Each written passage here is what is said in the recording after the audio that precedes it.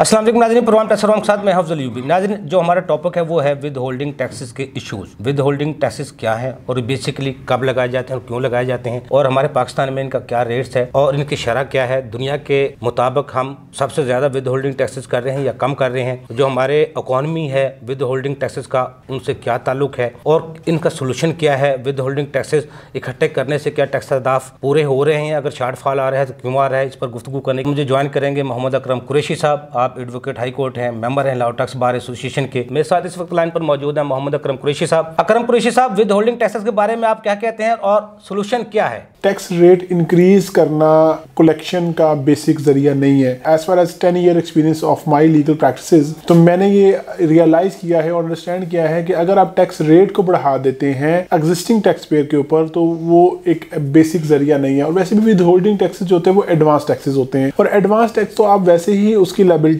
Determine करने से पहले ही ले रहे होते हैं। उसकी इनकम क्या है, उसके एक्सपेंडिचर्स क्या है, उसका प्रॉफिट एंड लॉस अकाउंट क्या बनता है at the end of the financial year, that is the separate thing. और गवर्नमेंट ऑफ पाकिस्तान ये कहती है कि आप मुझे इस ट्रांजेक्शन के ऊपर विद होल्डिंग टैक्स दे दिया जाए, तो जिससे बिजनेसमैन को बहुत ज्यादा फेस करना पड़ता है। इवन के बिजनेस की जो कॉस्ट ऑफ डूइंग बिजनेस है, यानी कि वो अगर जब रेट कोड करना होता है उसने कि मैंने आपको ये प्रोडक्ट सप्लाई करनी है, तो उस प्रोडक्ट के ऊपर 4.5% जो टैक्स कैलकुलेट होता है, तो उसको भी वो कैलकुलेशन करता है कि हाउ डिटरमिन द प्राइस, क्योंकि प्राइस के अंदर विद होल्डिंग टैक्स भी इंक्लूड किया जाता है, जीएसटी भी इंक्लूड किया जाता है, और 20% हम उसे 1/5 का फार्मूला कहते हैं, सेल का भी 20% विद हेल्ड किया जाता है। तो उसको प्राइस मीट करना अपने कंपेटिटर के साथ बहुत मुश्किल होता है। तो गवर्नमेंट ऑफ पाकिस्तान जो हमारे चेयरमैन एफबीआर हैं और हमारी पॉलिसी विंग है, please try to understand to increase the number of taxes tax payers, not the increase the rate of taxes. तो नंबर ऑफ टैक्सेस को इंक्रीज करें। आप जो हमारे रिमोट एरियाज है, जैसे मुल्तान साइड है, हमारा फैसलाबाद साइड है, इसके साथ हमारा जनूबी पंजाब है, सिंध के बहुत से ऐसे एरियाज हैं जहां टैक्स कलेक्शन जीरो है, केपीके के कुछ एरियाज हैं जहां टैक्स कलेक्शन जीरो है, बलूचिस्तान के कुछ एरियाज हैं। तो आप उन एरिया रिमोट एरिया के ऊपर काम करें, ना कि आपने लाहौर, इस्लामाबाद, फैसलाबाद और कराची को देखना है। ये 4 शहर या पेशावर ये पाकिस्तान नहीं चला रहे, पाकिस्तान में 4 सूबे हैं। आप उन एरियाज में होमवर्क करें जहां टैक्स पेयर की पोटेंशियल बहुत ज्यादा है, जहां डेवलपमेंट हो रही है, जहां लोग अभी अपनी स्टैंडर्ड ऑफ लाइफ को डेवलप कर रहे हैं, वहां आप टैक्स कल्चर को इंट्रोड्यूस करवाएं तो आपकी टैक्स कलेक्शन बेहतर होगी। सेकंड, इसमें मोस्ट इंपोर्टेंट जो टॉपिक है आज जो मैं एड्रेस करना चाहता हूं अपने ऑडियंस को, वो है 236G और 236H का। गवर्नमेंट ऑफ पाकिस्तान ने इस बार जितने भी हमारे डिस्ट्रीब्यूटर सेक्टर है, जिसमें फूड इंडस्ट्री आती है, ब्रेवरेज इंडस्ट्रीज आती है, जितने भी फार्मास्यूटिकल डिस्ट्रीब्यूटर आते हैं, जितने भी डिस्ट्रीब्यूटर्स हैं, उनके ऊपर उन्होंने 236G और 236H कंपल्सरी कर दिया है। 236G जो है ये बेसिकली डिस्ट्रीब्यूटर के ऊपर लगता है, उसका मैन्युफैक्चरर जो अपना डिस्ट्रीब्यूटर को सप्लाई देता है तो उसकी सप्लाई के ऊपर वो टैक्स काटेगा। इसलिए जो डिस्ट्रीब्यूटर जब अपने एंड यूजर को या रिटेलर को सप्लाई करेगा, रिटेल स्टोर को, चेन स्टोर को सप्लाई करेगा, तो उसके ऊपर 236H रिटेल टैक्स कटेगा। अब इसमें मेरे पास जो डिफरेंट केसेस हैं वो होटल इंडस्ट्री है। होटल इंडस्ट्री ये कहती है कि हम अपनी प्रोडक्ट ले रहे हैं, क्योंकि डिफरेंटली वो फूड चेन से लिंक करते हैं, तो मैक्सिमम डिस्ट्रीब्यूशन सेटअप ही फूड चेन को मैनेज करता है। होटल इंडस्ट्री ये कहती है कि we are manufacturers of food, not a service provider, और इवन के हम जो है ना वो रिटेलर भी नहीं डेफिनेशन में आते। तो FBR fail to explain the address the specific community of distributor sector कि उन्होंने किस किस कंपनी का, किस किस कैटेगरी के बंदे का 236H काटना है, और उसकी वजह से उनके सेल्स भी डिस्टर्ब हो रही हैं। और मैन्युफैक्चरर जो है वो ऑलरेडी 233 के अंदर कमीशन भी टैक्स काट रहा है, और उनकी टोटल सप्लाई जो उनको सप्लाई सेल्स दे देता है, सेल का वो 236G काट रहा है। तो अल्टीमेटली एक साइड पे तो एफबीआर के पास एविडेंस आ रहा है कि आपने इतने करोड़ की सप्लाई की है। देखिए डिस्ट्रीब्यूटर का एक तो एविडेंस मिल गया ना, एडमिटेड फैक्ट हो गया कि उसने इतने करोड़ की सप्लाई मैन्युफैक्चरर से रिसीव करके आगे दी है।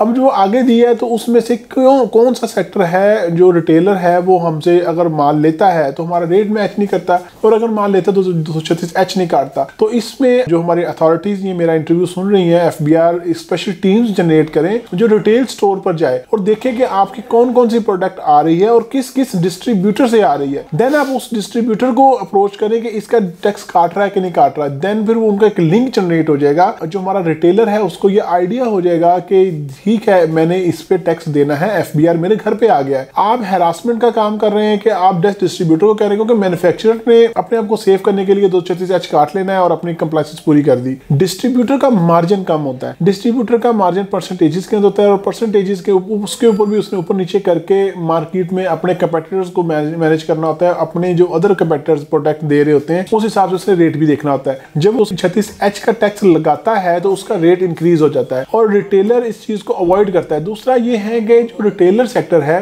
पॉइंट ऑफ सेल आपने इंस्टॉल किया, very good, point of sale एक अच्छा इनिशिएटिव है, लेकिन रिटेलर सेक्टर अभी भी ये अवॉइड करता है इस चीज को कि मैं FBR के टैक्स नेट में ना आऊं। उसमें हमारा इलेक्ट्रिसिटी बिल आता है, जैसे आपने पॉइंट ऑफ सेल के लिए कैटेगरी बनाई थी, तीसरा रिटेलर्स के लिए ये भी कैटेगरी बनाए कि SOPs हैं, ये जो ये बंदा इस क्वालिफिकेशन में पूरा होता है उसका टैक्स विदहेल्ड होगा। तो आप शॉप्स को देखें इसमें, और जिसमें ताजर दोस्त स्कीम भी आ गई है, ताजर दोस्त स्कीम में भी आपने विद होल्डिंग टैक्स का डिमांड किया है कि हम शॉप टू शॉप उसकी असेसमेंट करेंगे, उसके बाद उसको टैक्स लगाएंगे। जो 120 से लेकर 60,000 70,000 लाख रुपए तक भी जा रहा है, आपकी टीमें जो भी असेस कर रही हैं वो उतना टैक्स वो लगा देती हैं। First of all with holding taxes, एक तो मैं इसको सिस्टम ही नहीं समझता कि आपकी कलेक्शन का जरिया बनता है। आप बेसिक टैक्स पे जाए, नॉर्मल टैक्स रजीम में रहें, आप नंबर ऑफ टैक्सेस को इंक्रीज करें, और अगर आपने विद होल्डिंग टैक्स लगाना है तो इट शुड बी सिंपल कि बिजनेसमैन अपना बिजनेस भी रन कर सके, उसको कंप्लायंसेस भी मिनिमम करनी पड़े और आपका टैक्स भी कलेक्ट हो जाए। हालांकि आप उसको इतना बाउंड कर रहे हैं कि वो 233 का भी टैक्स विदहेल्ड करवा रहा है, 236G का भी टैक्स विदहेल्ड करवा रहा है, और अपने रिटेल शॉप जो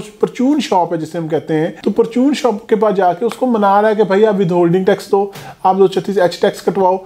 मेरे बहुत से क्लाइंट इस बात पे परेशान हैं कि सर हम जाते हैं, वो हमसे टैक्स नहीं कटवाते, वो हमसे सेल नहीं ले रहे। तो एक बंदे को बाउंड कर रहे हैं, दूसरे सेक्टर को कैसे कर रहे हैं, और फिर क्या होता है, वो फिर अपनी दूसरी इलीगल प्रैक्टिस की तरफ जाता है, चीजों को हाइड करना शुरू करता है, टैक्स अवॉइडेंस की तरफ जाता है। तो सिस्टम, आपका मोटिव तो पूरा नहीं हुआ FBR का, तो FBR को चाहिए कि बाकायदा तौर पे होमवर्क करे, सर्वे करे। जैसे ताजर दोस्त स्कीम पे कमिश्नर्स ने टीम जनरेट की थी, इसी तरीके से कमिश्नर 236H पे भी टीम जनरेट करवाए और डिफरेंट रिटेल शॉप्स के ऊपर जाए, बड़े बड़े सुपर चेन स्टोर पे नहीं, अकबरी पे, अदर स्टोर्स पे ना जाए।